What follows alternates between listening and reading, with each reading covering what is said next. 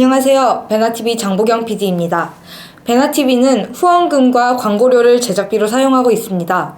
많은 분들이 후원해 주시지만 아직은 부족한 상황입니다. 그래서 광고를 끝까지 꼭 봐주십사 부탁드리고 싶습니다. 더불어 베나TV 영상이 널리 알려지도록 공유도 많이 해주세요. 감사합니다.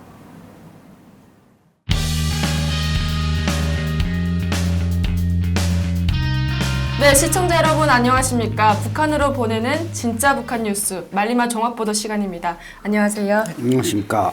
네, 오늘 바로 준비한 소식을 말씀드리겠습니다.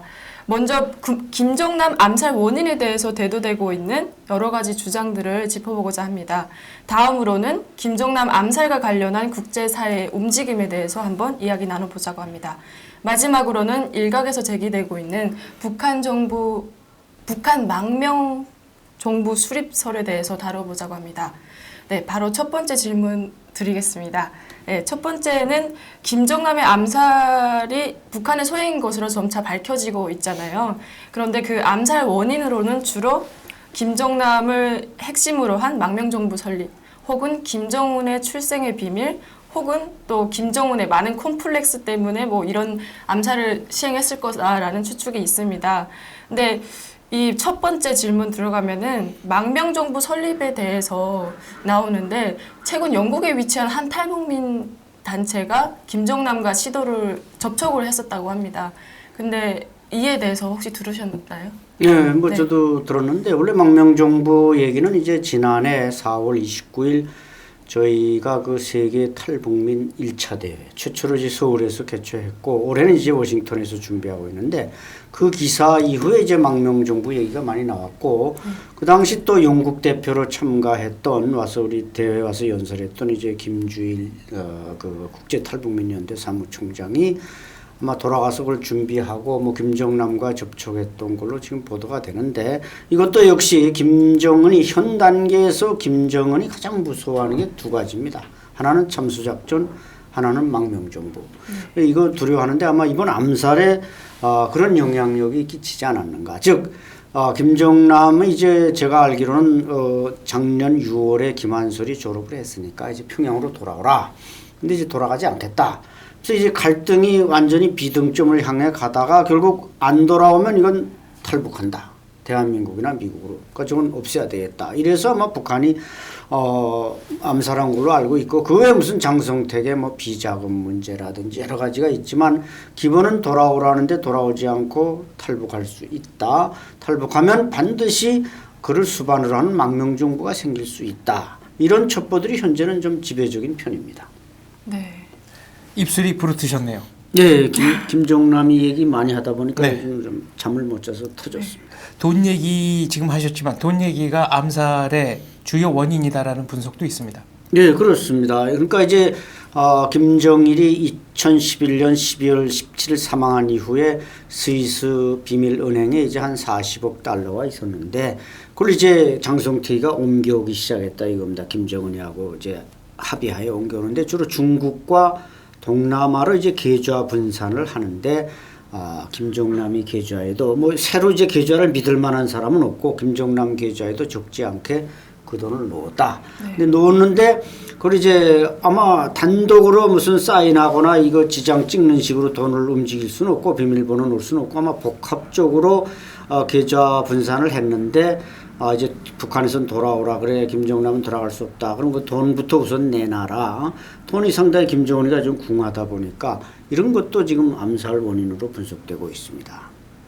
네, 한편 이 단체가 망명정부 수립과 관련해서 김평일 씨와도 접촉을 시도했었다고 하는데 김평일 씨는 또 어떤 인물인지 최근 근황에 대해서도 궁금합니다. 네, 김평일은 김일성의 맏아들 1954년생 올해 이제 63세죠. 이 사람은 이미 김정일에 의해서 교과지로 분류된 사람이죠. 김정남이가 김정은에 의해서 교과지가 된다면 김평일은 이미 오래전에 이제 폴란드 대사로 나가서 북한에 발을 들여놓지 못하는데 김평일이도 이제 김일성의 김정일을 뺀 장자니까 원래 세습이라는 게 이제 장자 계승론에 따르는데 김평일도 망명정부의 수반이 될 수 있다. 근데 이것은 사실상 20세기형 망명정부지 지금은 꼭 망명한 왕자나 혈족을 국가 수반으로 내세울 필요는 없어졌습니다. 21세기에는. 그래서 그냥 하나의 패러다임에 따르다 보니까 20세기형 망명정부를 말았고 그래서 아마 김평일도 후보에 올랐고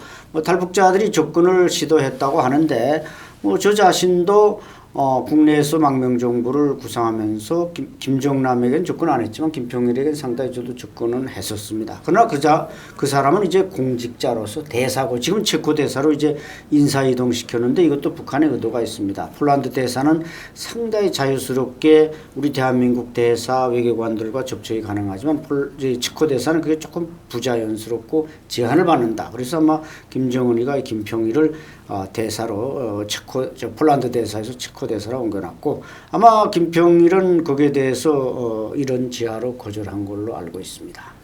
김정은이 망명 정부를 겁내는 이유 뭘까요? 그것은 이제 제가 볼 때는 상당히 자기 체제가 지금 안전하게 세팅하지 못하니까 가뜩이나 불안한데 또 이 탈북자 3만 명이 우리가 지난해 그 세계 탈북자 대회에서 선언했듯이 우리 탈북 3만 명은 북한의 대변자이며 주체 세력이고 자아 실현의 선구자들이다 이렇게 선언했습니다. 그 다음부터 이제 제가 그 암살 순위에서 꽁충 뛰어 올랐는데 그리고 북한의 반응이 대단히 예민했습니다. 이것은 한마디로 말씀드리면 자기 정권이 가뜩이나 3대 세습으로 취약한데 밖에 망명정부가 생긴다. 그러면 이것이 이제 정통성 대립이 될 것이고 또 망명정부에 대해서 국제사회가 지지를 보내주면 자신들의 정권은 저절로 몰락하는 결과가 되기 때문에 무서워하는 걸로 알고 있습니다. 북한이 발끈하는 대목을 보면 어느 지점을 아파하는지도 바로 검증이 되는 거군요. 그렇죠. 바로 그 점입니다. 이제 망명정부가 섰다. 자기네가 오히려 괴뢰정부가 되는 거니까 망명정부가 서면. 그래서 이제 말하자면 밖에서 그럼 탈북민들이 단결하고 자유세력이 단결하고 이게 또 대한민국 정부의 어떤 후원을 받고 이렇게 되면 이게 평양 정권이 결국 가뜩이나 지금 위태로운데 정통성을 잃어버리고 깃발을 내리는 게 아니냐 이런 두려움 때문에 망명정부를 무서워하는 걸로 알고 있습니다. 네, 그 다음 원인으로는 김정은이 원래 김옥의 소생인데 뭐 고모부나 고모 그리고 이번에 김정남까지 제거된 사람들이 다 김정은의 출생의 비밀을 알고 있는 사람들이 차례로 제거됐다라고 이제 그 원인을 추측하는 사람들도 있는데 어떻게 보십니까? 네, 뭐 북한 문제에 대해서 상당히 예리하게 분석하는 동아일보의 주성아 기자가 네. 이제 그런 기사를 써서 상당히 흥미진진하게 만드는데 그런 이제 김정남이가 언젠가 김정은이가 고용이의 아들이 아니고 김옥의 아들이다 이렇게 이제 말했다는 소리 이제 더욱 확산됐고 이것이 이제 김정남의 입을 막아야 되겠다 이래서 이제 암살했다는 설도 있는데 제가 볼 때 김정남이 1984년생인 건 확실합니다. 1월 8일 이것은 누가 증언해 줬느냐면은 바로 미국에 망명한 그의 이모 고용숙이가 네. 김정은의 생일은 1984년 1월 8일이다. 저는 거기에 대해서 추호도 의심하지 않습니다. 이모는 김정은을 말하자면 기저귀를 갈아주며 키운 사람이기 때문에 거기에 대해서는 신뢰하고 따라서 그때 김옥이 나이가 몇 살이었는가. 김옥이가 그 당시 나이가 19살이었습니다. 19살이면 김옥이가 평양음악무용대학을 다닌 피아니스트, 원래 피아노를 전공했는데 적어도 이 여자가 천재성을 가져서 10대에 뭐 10살쯤에 그 평양음악무용대학은 7살짜리도 있을 정도니까 갔다고 쳐도 그때 과연 졸업을 했겠는가. 그리고 이제 김옥은 노동당 서기실에 김정일에 의해서 옥과에 의해서 미모로 배치받은 이후에 김정일과 관계가 있었지 그전에는 관계가 없지 않았는가. 이것은 물론 제 개인적인 의견인데 그래서 이 김옥이가 김정은의 어머니다. 그런 것은 조금 과학적이지 않지 않는가. 저는 그렇게 봅니다. 네, 다음 소식은 이번 암살과 관련해서 국제사회 움직임에 대한 겁니다. 먼저 말레이시아는 북한과 수교를 끊겠다고 선언하고 나섰습니다. 그 내막은 무엇일까요? 당연히 끊는 게 아마 순서일 거고 끊으리라고 저도 확신하는데 지난 83년 버마 랭군에서 북한 정찰국 소속 공작원 3명이 가서 우리 전두환 대통령을 시해하려다가 실패하고 북한 공작원 1명은 도망치다가 사살되고 2명이 잡혔고 그래서 이제 1명은 2007년까지도 생존해 있다가 역시 병이 나서 죽었는데 그때 버마가 취한 조치가 평양과의 단교였습니다. 이 엄청난 사건에 대해서 버마 당국이 외교적 응징을 내렸는데 이번 사건 역시 말레이시아에서 그것도 쿠알라룸푸르라고 하는 수도의 국제공항에서 북한 공작원들이 이 다른 것도 아닌 VX라고 하는 화학 무기를 가지고 이 김정은의 형을 암살했습니다. 원래 기독교에 보면 원수를 사랑하라 이런 말이 교훈이죠. 근데 이슬람 문명에서 보면 형제를 사랑하라 이런 말이 있어요. 그런데 형제를 사랑해야 될 사람은 형제를 죽였다. 그럼으로써 지금 외교적 파장이 엄청난데 과연 말레이시아가 북한과 수교를 계속 이어갈 수 있겠는가? 제가 볼 땐 당연히 단교하리라고 생각합니다. 말레이시아는 북한과 무비자 협정을 맺은 몇 안 되는 나라 중에 하나입니다. 그렇죠. 북한으로서는 어떤 타격이 있겠습니까? 여러 가지 타격이 있을 수 있는데 두 가지로 저는 말씀드리면 첫 번째는 이 말레이시아는 무비자 말씀하신 대로 무비자 국가로서 북한의 공작원들이 전지훈련을 갈 정도로 많이 드나들고 거기를 루트로 해서 뭐 인도네시아도 가고 싱가포르도 가고 그러는데 이런 루트가 우선 하나 북한의 외교 루트가 차단된다. 물론 국제적 망신은 더 말할 것도 없고 그 첫 번째 이유가 될 수 있고 두 번째 이제 외화벌입니다. 뭐 아시겠지만 지금 말레이시아에는 300에서 한 500명 정도의 북한 광부들과 근로자들이 나가서 외화벌을 하고 있습니다.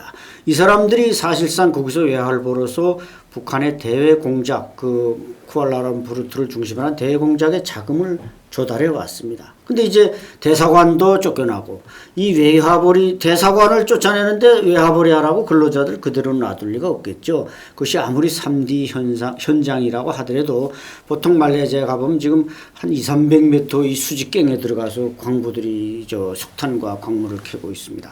이 사람들을 내쫓으면 이 경제적 교류도 단절되고 북한의 통치자금 조달에도 어려움이 많기 때문에 뭐 당연히 이런 측면에서 엄청난 그 피해를 보게 될 겁니다.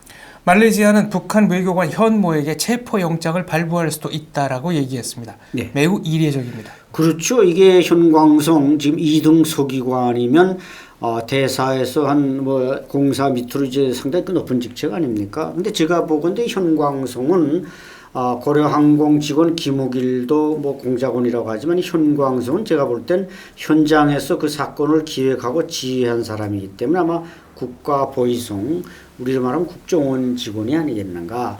그래서 그 사람이 지금 체포영장을 뭐 발부하고 잡는다고 하는데 원래 외교관이라는 건 이제 그 면책 특권이 있지 않겠습니까? 또 대사관 지역은 이제 치외 복권지대니까 말레이시아 경찰이 뭐 힘이 약해서가 아니라 대사관 그 땅덩어리 자체가 북한 땅이거든요. 그래서 거길 들어간다는 건 침략으로 규정되기 때문에 들어갈 수 없고 그렇다고 해서 강제 추방하면 이제 공항을 통해서 추방하는 형식. 그다음에 이제 비행기 타면 또 비행기 안도 그 나라의 영토가 되니까 외국 비행기 타면 외국 영토고 고려항공 타면 그게 북한 영토가 되니까 잡을 수 없지만 추방을 한다. 그것은 뭐 체포 이상으로 추방했다는 자체가 그 사람이 범죄자라는 거고 그렇기 때문에 북한이 볼 수 있는 외교적 손실은 엄청나다고 할 수 있습니다. 이번 사건의 여파로 6년 만에 열릴 예정이던 미북 회담이 취소됐습니다. 그렇죠. 북한은 거의 이것을 지금 이게 테러 지원국을 규정하는 건 미국 아니겠습니까?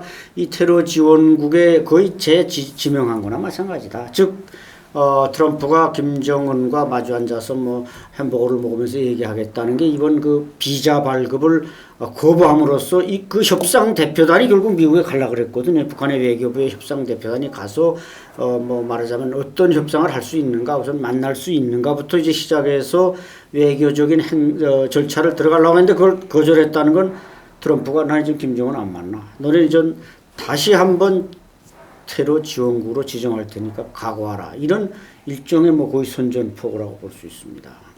이번에 김정남을 살해하는 데 쓰인 VX는 국제적으로 제조 및 이동이 엄격하게 금지된 물품입니다. 그렇습니다. 북한의 생물학 무기, 화학 무기에 대해서도 국제사회는 우려하고 있습니다. 네, 이게 그 VX라는 게 이제 신경 작용제인데 원래 1950년대 이제 영국에서 그 제초제 농약으로 이제 개발된 겁니다. 뭐 모든 제초제가 다 강하지만 이 VX는 강하다 보니까 이 독성이 강하다 보니까 그 이제 냉전이 본격화될 때 화학 무기로 이제 만들었고 러시아나 뭐 강대국들이 거의 이런 걸 화학 무기를 가지고 있었지만 그 후에 이제 화학 무기 금지 조약이 채택되면서 많은 나라들이 그걸 폐기해 왔습니다. 근데 북한은 그걸 폐기해야 대신에 이것을 비대칭 전력으로 이제 그 더 확대 생산했고 이번에 이제 그 김정남을 암살한데 이걸 직접 사용한 게 말레이시아 경찰의 수사에 의해서 밝혀진 거 아니겠습니까?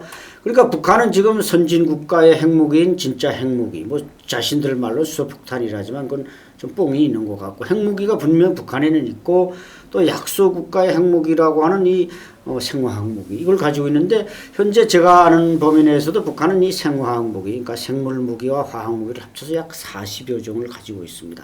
근데 특히 이 VX는 한 방울 1mg이면 한 사람을 죽일 수가 있는 겁니다. 우리 3방울이면 3사람이 죽습니다. 근데 이번에 거의 100방울에 해당하는 걸 투입했다. 그래서 요거 100방울 뭐 1mg만 투입해도 20분 안에 죽는데 김정남이 신비스럽게도 걸어가서 그 의료진한테 가서 딱 죽지 않았습니까? 그런 거 보면 북한이 아주 치밀하게 준비를 했고 그 막 타이머를 조절할 정도로 그걸 배합했다. 이런 측면에서 참 천인공노할 만행을 저지른 겁니다. 한편 미국은 또 이와 관련해서 북한을 테러 지원국으로 재지정해야 된다라는 목소리도 높이고 있습니다. 그 내막은 무엇일까요? 예, 북한은 이제 1987년 그 칼기를 폭파시킴으로써 안다만 상공에서 북한의 그 노동당 조사부 공장원인 김현희 또 그다음에 그 김승일 노인과 70대 노인과 20대 처녀를 분열로 가장시켜서 그 공작원으로 해서 이제 그 양주병 같은데 양주처럼 위장한 액체 폭발물을 폭파시킴으로써 칼기가 떨어지고 우리 근로자 110여 명 이상이 승무원 전원과 함께 죽었기 때문에 그야말로 아마 2차 대전 후에 끔찍한 테러 중에 테러인데 그래서 이제 2008년에 그걸 지정했습니다. 북한을 네. 테러 지원국으로 지정했는데 이게 이제 아이러니컬하게도 부시 행정부인 2008년에 와서 이게 해제가 됐습니다. 네. 어느 정도 북한이 뭐 개과천선한 걸로 해제가 됐지만 이제 다시 저런 끔찍한 독극물에 의한 화학무기에 의한 암살을 자행함으로써 뭐 제가 볼 때는 북한이 테러 지원국으로 지정되는 것은 기정사실이다. 그렇게 될 경우 어떻게 되는가? 뭐 이런 어떤 군사 무기의 수출이나 구입은 물론이고 다른 경제적 원조, 경제적 협력 이런 분야에 엄청난 장애물이 생기기 때문에 사실 이번에 김정은 정권은 형인 김정남만 죽은 것이 아니라 김정은 정권 자체도 거의 지금 이번 기회를 통해서 자충수를 뜸으로써 사망에 이르는 첫 발을 떼지 않았는가 그렇게 봅니다. 네, 또 의외로 중국은 김정남 암살된 이후 아무런 반응을 보이지 않고 있습니다. 그 속셈은 무엇일까요? 중국은 뭐 항상 명백한 증거가 나와야 뭐 한다는 식으로 주장해 왔지만 사실은 어떻게 보면 북한에 아직도 좀 편을 드는 그런 안보나 이런 데서는 또 북한을 버릴 수 없는 지정학적 조건을 가지고 있기 때문에 지금 침묵하고 있지만 과연 말레이시아 경찰이 이제 다음 주나 이번 주말이면 이제 종합적인 발표가 나오고 또 김한솔이나 김설이나 뭐 김금설이나 그 자녀들이 와서 DNA 확인, 시신 확인이 끝나면 이제 종합 발표가 있는데 그때도 지금처럼 과연 중국이 입을 다물 수 있겠는가? 뭔가 한마디는 할 겁니다. 코멘트도 하고 하겠지만 그 코멘트가 과연 북한을 정말 아프게 하는 진정성이 담긴 코멘트냐? 그에 대해서는 우리가 지켜봐야 할 겁니다. 네. 미국의 트럼프 대통령은 북한과 어떤 형태로든 회담을 할 용의가 있느냐고 질문을 받고 이미 너무 늦었다. 그런 일 없을 거다라고 예. 대답했습니다. 예, 맞습니다. 그래서 아마 이제 북한 외교 사절이 뭔가 사전 접촉을 위해서 워싱턴에 방문하는 이제 비자를 캔슬한 거 보면은 이자 말씀하신 접촉 의사 우리는 없어. 이제 저 결과 나온 다음에 테러 지원국으로 지정하고 그 다음에 무슨 나름대로 북한이 뭐 사실을 고백한다든지 하는 협상은 있을 수 있지만 현 단계에서 북한이 저지른 저런 테러라는 게 명백해지고 있는 상황에서 지금 백악관에 지금 뭐 북한 대표단 불러놓고 지금 와인잔 부딪힌다면 이게 미국도 우스운 나라가 되는 거 아니겠습니까? 자기네가 뭔가 지금 미국으로서는 지금 세계 중심 국가고 이 북한에 대해서 항상 제재를 해왔는데 이제 와서 갑자기 뭐 이런 사건이 없었다면 당연히 북한 대표단이 워싱턴에 들어갈 수 있었겠지만 뭐 과거는 또 누굽니까 제임스 클래프 미 국가정보국장까지도 평양에 막 가고 그러지 않았습니까? 그러나 이번 지금 이런 명백한 테러가 백주에 자행됐는데 미국이 북한 외교관들을 워싱턴에 불러들인다. 이것은 미국으로서는 미국의 수치이고 부끄러움이기 때문에 아주 당연한 지나갔다. 물 건너갔다. 그런 얘기로 아마 받아들여야 되겠죠. 네, 한편 오늘 한미일 수석 대표들이 워싱턴에서 회동을 한다고 합니다. 북한 미사일이나 김정남 암살에 대한 논의가 이뤄질 예정이라고 하는데요. 특별히 이번 암살과 관련해서 어떤 결과가 나올 거라고 전망하십니까? 바로 이제 북한은 그 2월 12일 날에 이제 미사일을 성공시키고 13일 날 하루 만에 그런 또 암살을 자행했단 말이죠. 이것은 제가 볼 땐 일종의 과잉 충성도 있다. 물론 김정은이가 시키지 않은 일을 했다는 과잉 충성이 아니라 항상 지금 북한에서 그 무수단 미사일, 뭐 ICBM 또 SLBM은 노동당 군수공업부의 치적입니다. 그러니까 노동당 군수공업부가 계속 김정은과 낄낄대면서 손가락 올리고 뭐 축포를 쏘고 박수 치는데 이 대남 대외공작부서는 뭐 김정은한테 별로 바칠 만한 이 선물을 못 만드는 겁니다. 그러다 보니까 이번에 그 13일이라는 그런 날짜에 2월 16일에 맞춰서 이제 아마 그 사람들은 이한용이 죽일 때도 2월 15일 날 김정일 생일 하루 전에 했듯이 이번에도 하루 전에 하고 싶었겠지만 김정남이가 그날에 지나가 준 게 아니라 13일 날 딱 지나서 거기서 이제 비행기 타고 마카오로 가버리면 끝나는 거니까 그날을 길목을 지켰다가 이제 암살을 한 건데 이런 그 북한이 말하자면은 그런 그 누구는 충성으로 보상을 받고 자기네는 못 받고 이런 데 따른 어떤 과잉 충성도 이번 암살 사건의 한 대목이다. 이렇게 볼 때 아마 미사일 문제는 어떻게 보면 조금 뒤로 밀리고 이 암살 문제가 더 쟁점화돼서 한미일 당국이 아마 테러 지원국 지정 문제를 최종 이번에 도장을 찍을 가능성이 높다. 도장 찍자 우리 이 테러 지원국으로 지정할 거냐? 그럼 세 나라 대표 중에 누가 그걸 반대하겠습니까? 아마 그래서 이번 쿠알라룸푸 김정남 암살 사건이 결론 나는데 즉시에 따라서 미국에서 아마 테러 지원국으로 선정하는 발표가 있을 가능성이 높습니다. 김정남의 암살 사건, 북한이 받게 될 타격 어떤 게 있겠습니까? 예, 뭐 우선 이자 말씀드린 그 테러 지원국에 지정이 되지요. 또 중국도 뭔가 제스처를 해야지. 그 사람들이 지금 암살 발표가 14일 날에 났는데 15, 16, 17, 3일 만에 북한 무연탄 수입에 대한 금수 조치를 단행하지 않았습니까? 이건 언젠가부터 미사일에 대한 응징 조치로 준비한 거지만 신속하게 그렇게 발표한 것은 암살에 대한 보복의 차원도 있다고 저는 보거든요. 따라서 미국의 어떤 테러 지원 국가 선정, 그다음에 중국의 어떤 경제적 제재는 추가될 수가 있습니다. 예를 들어서 뭐 항공유 수출 축소, 그다음에 뭐 송유관을 통한 원유 수출 축소, 또 국경무역의 어느 정도의 제한적 조치, 그리고 뭐 그 외에 북한이 고려하고 있는 다른 나라들과의 무역이나 원조나 경제협력 이런 것들도 대폭 축소된다고 할 때 제가 북한은 아마 김정은 정권은 그렇게 정말 오래가지 못하지 않겠는가. 경제적으로 우선 이렇게 쪼들리는데 가뜩이나 쪼들리는데 그런 지금만도 쪼들리는데 더 그것이 압박해오고 조여오면은 북한은 상당히 붕괴나 급변 사태가 빨리 올 것 같습니다. 북한이 중국의 북한산 무연탄 수입 금지 조치에 유독 격렬하게 반발하는 이유가 있습니까?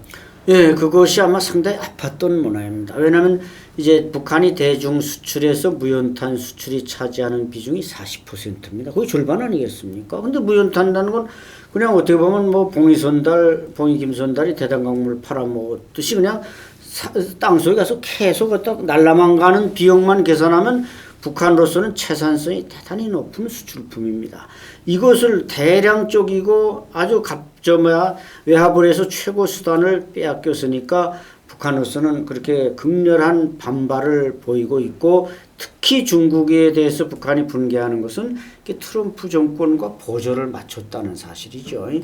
그러니까 앞으로 지금 중국과 트럼프 정권이 등장할 때는 뭔가 무역전쟁을 통해서 중국과 미국이 이렇게 갈등할 줄 알았는데 찰싹 붙어버리니까 북한으로서는 야 이게 우리 큰형님이 우리를 밀어줄 줄 알았는데 미국과 협력해서 우리를 잡으려 그래. 사실은 잡으려는 게 아니라 그냥 당연한 제재죠. 그건 국제법에 따른 제재인데 그래서 아마 북한이 더욱더 반발하는 것 같고 또 하나는 아마 이제 김정남이 그 중국의 대한 세력 아니겠습니까? 친중파로서 장성택이 위한 대한 세력인데 그 김정남이 죽고 아마 즉시 중국이 취한 조치가 김한솔을 잽싸게 중국이 관리해 놓고 아마 북한이 접근을 차단한 것 같습니다. 이런 측면도 또 마카오에서도 그렇고 지금 중국이 상당히 그 김씨 마지막 그 가족들 김정남의 자녀나 와이프들을 잘 보호해 준다는 게 북한에 바로 보고가 들어가니까 북한으로서는 상당히 좌불안석이다 이렇게 평가할 수 있습니다.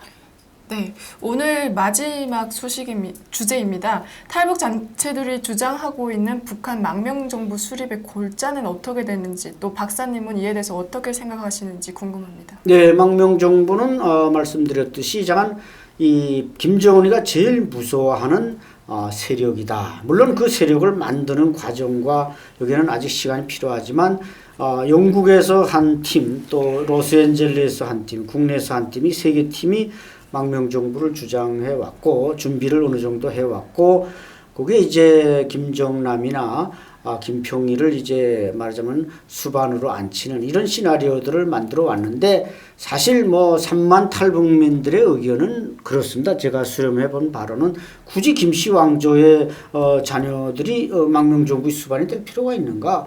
네. 우리 3만 탈북민이 북한의 주체 세력이고 대변자인데 3만 탈북민 중에서 수반이 나오면 되는 거 아니냐? 저는 거기에 대해서 뭐 수반을 또 굳이 앉을 필요가 뭐 있느냐? 그냥 탈북민 지도자들이 집단적 지도 체제를 갖추고 김정은 정권을 압박하고 북한의 독재 타도와 민주화를 위해서 투쟁하는 게 중요하지 상징적인 인물이 무슨 의미가 있느냐. 그것은 저는 20세기형 망명정부고 21세기형 망명정부는 우리 탈북민 3만 명이 주체가 되면 이 사람들이 다 북한을 또 나온 사람이고 그게 또 80%가 다 북한의 노동자, 농민, 기본 계층 출신입니다. 이 사람들이 집권 세력으로서 대한 세력이 된다는 것은 너무나 당연하지 않는가. 그게 제 망명정부에 대한 의견입니다. 6.25 이후 북한은 수많은 정적들을 처형하는 정변을 일으켰습니다. 그때마다 해외로 망명한 인사들이 유럽과 미국에 각각 수천 명씩 있다. 예. 이런 보도가 있었습니다. 예, 그런데 아깝게도 뭐 우리가 유성철 씨라든지 뭐 문화성 그 정유일 씨라든지 여러 분이 있었는데 주로 이제 러시아로 간 분들. 예, 간 분들이 상당히 고위층에 있던 분들이 많죠. 근데 이분들이 지금 연세가 많다 보니까 많이 돌아가시고 뭐 박갑동 씨라든지 이런 분도 일본에 계시지만 거의 다 모든 걸 이제 내놓고 연세가 많아서 어떻게 보면 참 돌아가실 날만 기다리고 있단 말이죠. 따라서 그런 분들이 지금 대한 세력으로 되기에는 연세나 이제 이런 걸 볼 때 건강상 문제가 있고 제 주장은 이자도 말씀드렸듯이 3만 탈북민은 북한에서 그 독재 체제에 저항해서 온 분들이고 결집만 잘하면은 얼마든지 북한의 대한 세력이 될 수 있기 때문에 탈북민들이 중심이 된 망명정부 이것은 물론 법률적으로 뭐 문제가 있는 걸 알아서 저도 지금 스탑한 상태지만 이분들이 단결해서 망명정부를 세우면 김정은이 아마 그걸 제일 무서워할 것입니다. 네. 말씀 감사합니다. 오늘 김정남의 암살 원인 또 이와 관련된 국제사회의 움직임 그리고 또 북한 망명정부에 대해서 박사님 모시고 이야기를 나눠봤는데요. 저희는 또 새로운 소식으로 찾아뵙겠습니다. 지금까지 북한으로 보내는 진짜 북한 뉴스 말리마 종합보도였습니다. 시청해주셔서 감사합니다. 베나TV는 정부기관 및 관련 단체의 후원을 받지 않습니다. 후원금을 받게 될 경우 출연 요청, 주제 선정 등 청탁을 할 수 있기 때문입니다. 그래서 베나TV는 정부기관 및 관련 단체의 후원을 받지 않습니다. 베나TV가 지속적으로 프로그램을 만들 수 있도록 시청자 여러분께 부탁 말씀 올립니다. 시청자 한 분이 한 달에 1,000원씩 후원해 주시는 111 캠페인 많이 도와주시기 바랍니다. 그리고 후원해 주시는 여러분들 감사합니다.